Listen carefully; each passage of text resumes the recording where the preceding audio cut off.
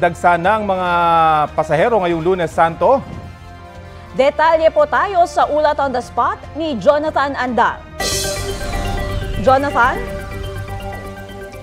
Rafi, Katrina, alam nyo, nagsisimula na nga dumami yung mga pasahero dito sa PITX. Pero hindi pa naman po fully book yung mga biyahe dito. Kaya yung mga pupunta po ritong pasahero, may masasakyan pa po kayo.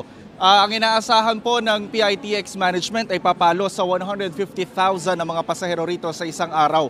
Kanina nag-inspeksyon dito sa PITX ang mga pinuno ng DOTR, DILG, DICT, LTFRB, MMDA, PNP at BFP. Sinilip nila ang random drug testing sa mga bus driver. So far, wala pa naman nagpa-positive sa mga tsuper. Sabi ng DOTR, may solusyon na sila sakaling matraffic ang mga bus sa probinsya at kulangin ng bus dito sa PITX. Gaya na nangyari noong December.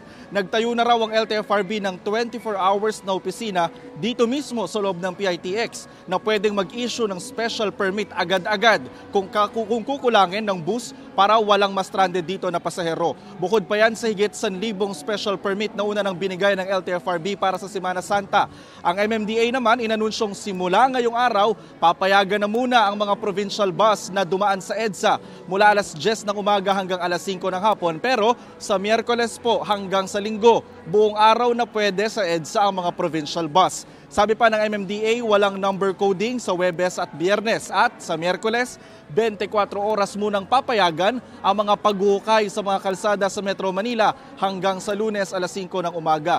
Ang DICT naman nagpaalala laban sa mga online scam, lalo na yung mga nagbebenta ng peking plane ticket at travel packages. Dagdag pa ng DICT, dapat sabihan ng mga magulang ang kanilang mga anak na huwag mag-real-time posting sa social media para di matunugan ng mga akyat bahay na wala sila sa bahay. Mag-late post na lang daw o mag-post pag nakauwi na. I-report ang mga online scammers sa DICT hotline 1326. Ang PNP tiniyak namang roronda rin sa mga kabahayan ngayong bakasyon. Katrina, Rafi, nagbabala naman ang DOTR doon sa mga nagbabalak maging mag-colorum ngayong dagsa yung mga pasahero. May parusa raw yan at ang sabi doon sa mga pasahero, dehado po kayo pag sumakay kayo sa colorum kasi hindi sigurado kung ligtas yung sasakyan na sasakyan ninyo. Lalo't mahaba pa naman ang biyahe papunta sa mga probinsya. Katrina, Rafi. Jonathan, meron ba tayong impormasyon kung may mga bus companies na nag-avail ng extra na bus trips para sa kanila? Yung sa 1,000 special permits pala, yung pala yung mga nabibigay. Una na yun na in-announce ng LTFRB.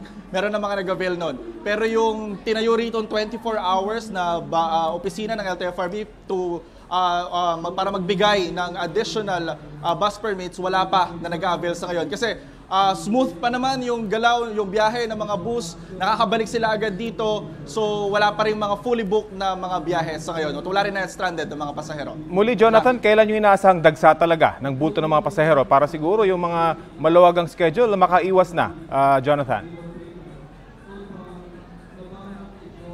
Wednesday daw, sabi ng PITX management. Ina-expect nila na dadagsa ng husto dito sa PITX yung mga pasahero, Rafi. Okay, maraming salamat sa iyo, Jonathan Andal. Kapuso, alamin ang maiinit na balita. Bisitahin at mag-subscribe sa GMA Integrated News sa YouTube.